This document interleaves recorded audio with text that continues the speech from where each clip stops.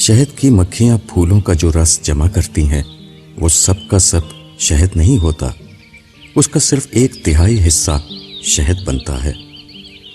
شہد کی مکھیوں کو 1 پاؤنڈ شہد کے لیے 20 لاکھ پھولوں کا رس حاصل کرنا پڑتا ہے۔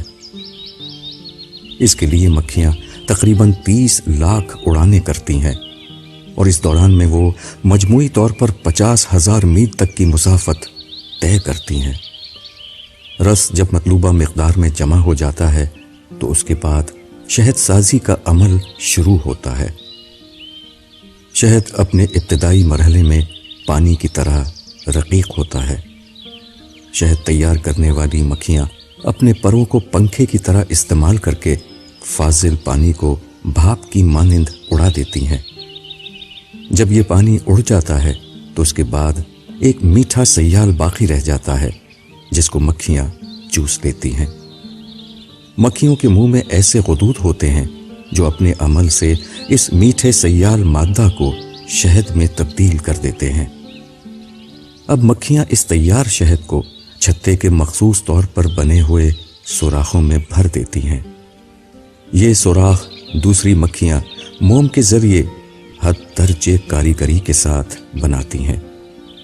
مکھیاں شہد کو ان سوراخوں میں بھر کر اس کو ڈبہ بند غذا کی طرح اہتمام کے ساتھ محفوظ کر دیتی ہیں تاکہ آئندہ وہ انسانوں کے کام آ سکے۔ اس طرح کے بے شمار اہتمام ہیں جو شہد کی تیاری میں کیے جاتے ہیں۔ خدا ایسا کر سکتا تھا کہ طلسماتی طور پر اچانک شہد پیدا کرتے یا پانی کی طرح شہد کا چشمہ زمین پر بہا دے، مگر اس نے ایسا نہیں کیا۔ خدا ہر قسم کی قدرت کے باوجود شہد کو اسباب کے ایک حد درجے کامل نظام کے تحت تیار کرتا ہے تاکہ انسان کو سبق ہو، وہ جانے کہ خدا نے دنیا کا نظام کس ڈھنگ پر بنایا ہے اور کن قوانین و آداب کی پیروی کر کے خدا کی اس دنیا میں کوئی شخص کامیاب ہو سکتا ہے۔ شہد کی مکھی جس طرح عمل کرتی ہے اس کو ایک لفظ میں منصوبہ بند عمل کہہ سکتے ہیں۔ یہی اصول انسان کے لیے بھی ہے۔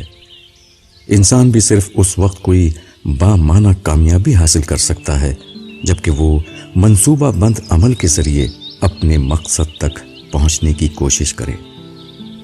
منظم اور منصوبہ بند عمل ہی اس دنیا میں کامیابی حاصل کرنے کا واحد یقینی طریقہ ہے، شہد کی مکھی کے لیے بھی اور انسان کے لیے بھی۔